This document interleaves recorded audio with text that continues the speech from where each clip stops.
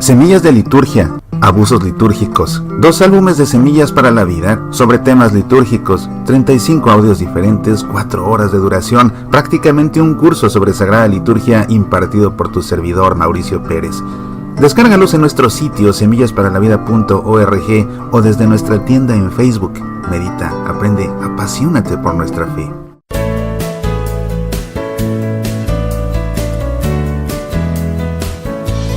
Me piden que comparta las normas litúrgicas al respecto de la distribución de la Sagrada Comunión bajo las 2 especies, es decir, la hostia consagrada que se ha convertido en el cuerpo de Cristo y el vino consagrado que se ha convertido en la sangre de Cristo. Con mucho gusto, estas normas las encontramos en la Instrucción General del Misal Romano, que contiene un apartado que específicamente se titula Comunión bajo las 2 especies. Y las normas son las siguientes.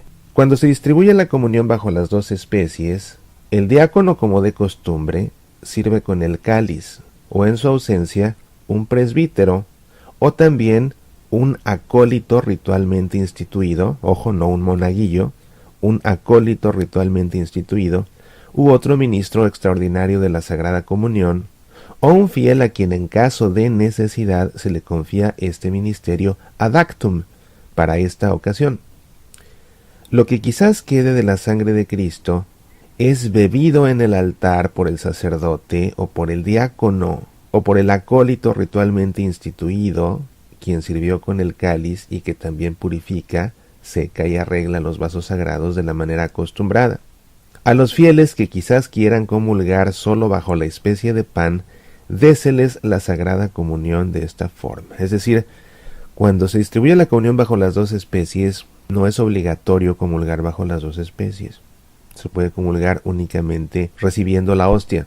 Para distribuir la Sagrada Comunión bajo las 2 especies, prepárese un cáliz de suficiente capacidad o varios cálices si la comunión se hace bebiendo directamente del cáliz, pero previendo siempre prudentemente que al final de la celebración no quede de la sangre de Cristo más de lo que es prudente para ser bebida. Aquí es algo que deben tener en cuenta los sacerdotes, sobre todo en los Estados Unidos, donde se acostumbra distribuir la comunión bajo las 2 especies.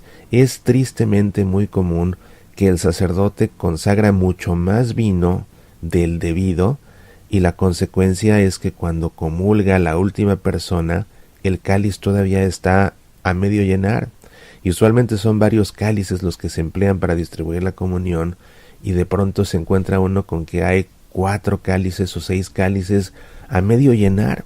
Y lo que se hace al final de que todos han recibido la comunión, como dice esta Instrucción General del Misal Romano, es que la sangre de Cristo que ha sobrado debe ser consumida en el altar. En el momento de la purificación debe ser consumida por el sacerdote o por el diácono o por el acólito. Insisto, el acólito, no el monaguillo. El monaguillo es el niño. El monaguillo es el niño. El acólito es el hombre, el varón, que ha sido ritualmente instituido como acólito. Las más de las veces, los acólitos son seminaristas, ya en sus últimos años de formación, un tiempo antes de ser ordenados al diaconado. Y la cuestión es que la preciosa sangre de Cristo sigue conteniendo alcohol, y cuando sobra mucho, pues una sola persona no la puede consumir toda ahí en el altar. ¿Y qué es lo que acaba sucediendo? Que entonces la licúan, le agregan agua de más para que pierda entonces la predominancia del vino, y de esta manera deje de ser la sangre de Cristo y se vierte en un desagüe. Imagínate, la sangre de Cristo que se ofrece en sacrificio por nuestra salvación, Cristo nos la entrega en el altar para que la consumamos, no para que se termine licuando y vertiendo por un desagüe. Es una falta de respeto tremenda la Eucaristía. Es 1000 veces mejor que no alcance y que muchas personas se queden sin comulgar bajo la especie del vino consagrado, que finalmente todo el mundo recibe la hostia, lo cual es suficiente. Es 1000 veces preferible que no alcance el vino consagrado a que sobre.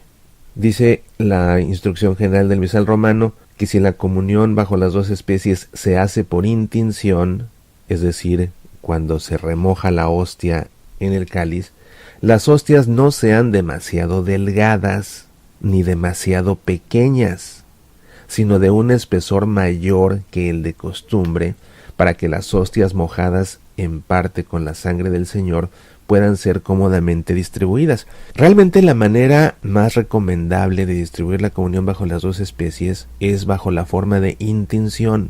Esto es preferible a colocar cálices a la redonda para que la gente vaya a beber directamente de los cálices. Estas normas están dispuestas para salvaguardar la integridad del sacramento, para salvaguardar la integridad de la preciosa sangre de Cristo y también, por supuesto, de su cuerpo en la forma de la hostia. Entonces, cuando se colocan cálices a la redonda, siempre se corre el riesgo de que se salpique, de que se derrame, de que suceda un accidente y caiga al suelo o caiga en la ropa de una persona la preciosa sangre de Cristo. ¿Y qué pasa, por ejemplo, cuando la preciosa sangre de Cristo cae en las mangas de una camisa de la persona que está recibiendo la comunión, o en el pecho de la camisa porque se le chorreó? Esa sangre de Cristo se queda impregnada en esa camisa, y después, ¿qué se hace con esa camisa? Va a la lavadora y el detergente se hace cargo de ella. ¿Te das cuenta? O si se derrama en el piso, pues hay que secarla y hay que seguir un procedimiento especial para poder limpiar con un purificador húmedo que recoja hasta la más pequeña, ínfima gota que haya quedado en el suelo de la preciosa sangre de Cristo. Recuerdo una vez que estaba yo ayudando a distribuir la comunión y se me pidió precisamente que ayudara con uno de los cálices. Una situación extraordinaria, es algo que no hacía yo de ordinario, pero se me pidió ayuda en esa ocasión por el sacerdote, y se acercó a mí una señora mayor con Parkinson y yo estaba temblando a la par que ella, dicho sea con todo respeto, porque temía que algo fuera a suceder. Y en efecto, cuando la señora tomó el cáliz con el temblor de sus manos, pues yo vi cómo se empezó a salpicar en sus propias manos la preciosa sangre de Cristo. Probablemente debí no permitirle comulgar. Son situaciones que a veces al momento toman a uno desprevenido, sobre todo cuando uno no hace esto regularmente, ¿verdad?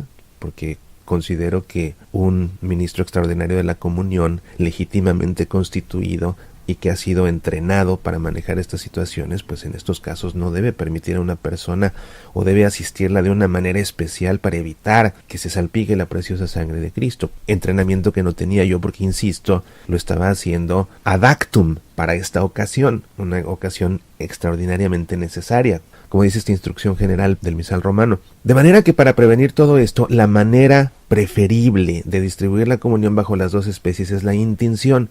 Pero lo que no se debe hacer es colocar sobre el altar la patena con las hostias y al lado el cáliz para que las personas vayan al altar, tomen la hostia y ellas mismas la remojen en la sangre de Cristo y la consuman ahí.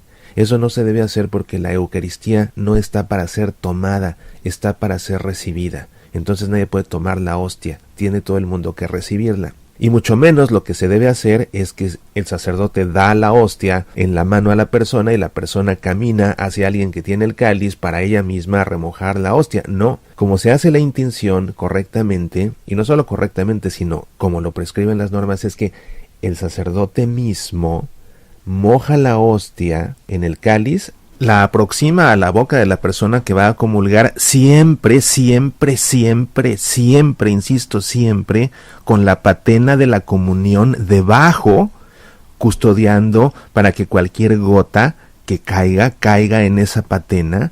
Esta patena de la comunión tiene que ser entonces sostenida precisamente por el acólito o por el monaguillo, ahí sí, por el monaguillo. Se acerca la hostia remojada a la boca de la persona que va a comulgar con la patena de la comunión por debajo, para que, imagínate, si se llegara a partir el trozo de la hostia que se remojó, no caiga al suelo. Esa es la razón por la que estas normas son muy específicas. Si se hace por intinción, las hostias no sean demasiado delgadas ni demasiado pequeñas. Si son muy delgadas, se corre ese riesgo de que una vez remojadas por el peso se desprenda la mitad que está remojada y se caiga. Y si son muy pequeñas, entonces el riesgo consiste en que el sacerdote esté mojando los dedos una y otra vez, cada vez que está remojando la hostia. Por eso tiene que ser más grande de lo normal y más gruesa de lo normal para que resista y para que el sacerdote no se moje. Continúa diciendo la instrucción general del misal romano: si la comunión de la sangre del Señor se hace bebiendo del cáliz, quien va a comulgar después de haber recibido el cuerpo de Cristo, pasa al ministro del cáliz y permanece de pie ante él. El ministro le dice: la sangre de Cristo. Quien va a comulgar responde: amén, y el ministro le entrega el cáliz para que se lo lleve a la boca él mismo que va a comulgar con sus manos. El que va a comulgar bebe un poco del cáliz, lo devuelve al ministro y se retira. El ministro limpia el borde del cáliz con el purificador. Esto, por supuesto, para prevenir algún contagio de algún posible virus de la persona que recibe la comunión. Es la verdad, hay que ser francos, esa es la razón. Se limpia con el purificador el borde del cáliz para que la siguiente persona con toda tranquilidad pueda comulgar, bebiendo del mismo cáliz. Dice la instrucción general: si la comunión del cáliz se hace por intinción, quien va a comulgar teniendo la patena debajo de la boca, se acerca al sacerdote, quien sostiene el vaso con las sagradas partículas y a cuyo lado se sitúa el ministro que sostiene el cáliz. El sacerdote toma la hostia, moja parte de ella en el cáliz y mostrándola dice: el cuerpo y la sangre de Cristo. Quien va a comulgar responde: amén, recibe del sacerdote el sacramento en la boca y enseguida se retira. Ahí tienes, esas son las normas, esas y solo esas. Soy Mauricio Pérez, estas son Semillas para la Vida. Escucha Semillas para la Vida también en SoundCloud, iTunes, iVoox, Facebook, Twitter, YouTube, TuneIn Radio y en nuestro sitio semillasparalavida.org. ¿Te gustaría sacarnos al aire en tu estación de radio católica? Escríbenos. Apasionate por nuestra fe.